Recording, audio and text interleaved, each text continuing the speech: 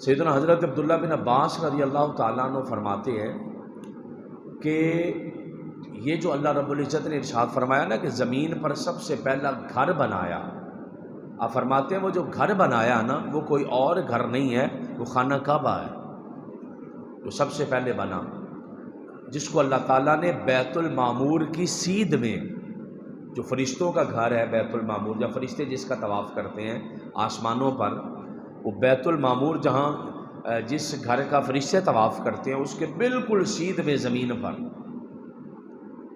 بالکل اس کے اوپر یہاں پر بیت المعمور ہے اور بالکل نیچے یہاں پر بیت اللہ خانہ کعبہ ہے۔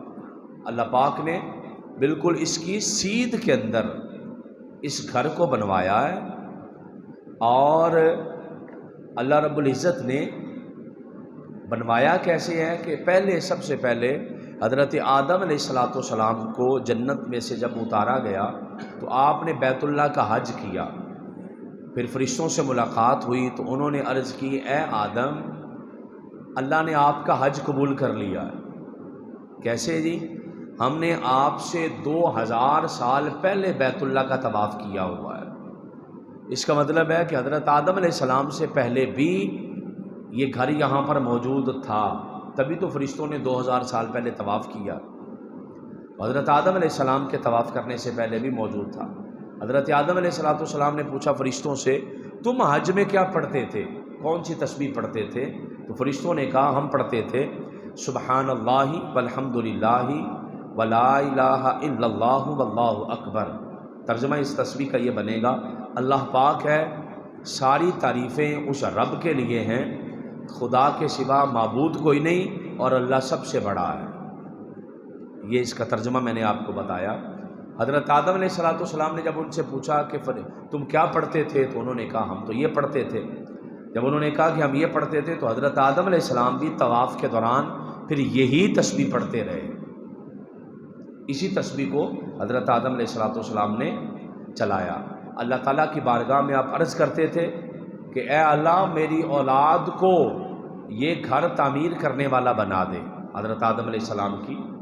تو اللہ تعالیٰ نے وحی فرمائی کہ اے آدم میں اپنا گھر تیری اولاد میں سے اپنے خلیل حضرت ابراہیم سے بنواؤں گا، اور یہ فیصلہ میں پہلے کر چکا ہوں، یہ فیصلہ لکھا جا چکا ہے۔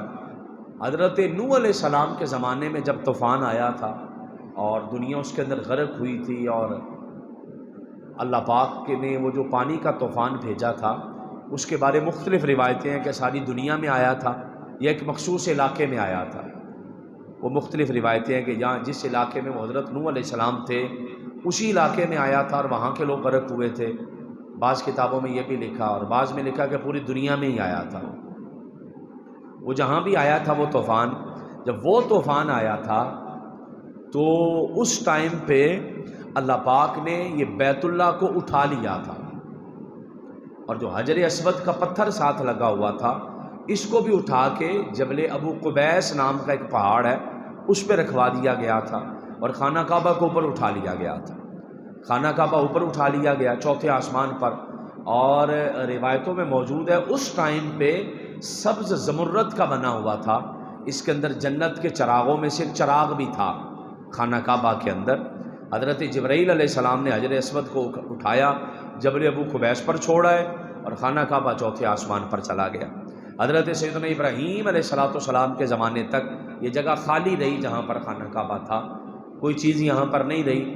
اللہ پاک نے حضرت ابراہیم علیہ السلام کو یہ کہا کہ یہاں پر میرا گھر بنائیے، تو حضرت ابراہیم علیہ السلام اپنے بیٹے حضرت اسماعیل کے پاس پہلے ایک بار جب چھوڑ کر آئے، پھر گئے، تیسری بار جب آپ گئے نا تو آپ نے کہا کہ اے اسماعیل، 20 کی سال عمر ہوگی ان کی، حضرت اسماعیل علیہ السلام کی، اے اسماعیل مجھے رب کا حکم ہے کہ یہاں پر خدا کا گھر بنایا جائے۔ تو انہوں نے کہا ابا جان جو حکم ہے اس کی تعمیل کیجئے۔ تو حضرت ابراہیم علیہ السلام نے پھر اللہ پاک کی بارگاہ میں عرض کی میرے مالک میں نے بنانا کہاں ہے، وہ جگہ تو مجھے بتانا بھی خانہ کعبہ بنے گا کہاں پہ۔ تو اللہ پاک نے فرمایا حضرت جبرائیل علیہ السلام سے کہ جبرائیل بادل ایک جائے، مولا چلا گیا، کہ بس اتنے حصے میں بادل جائے جہاں جہاں کعبہ بنانا ہے۔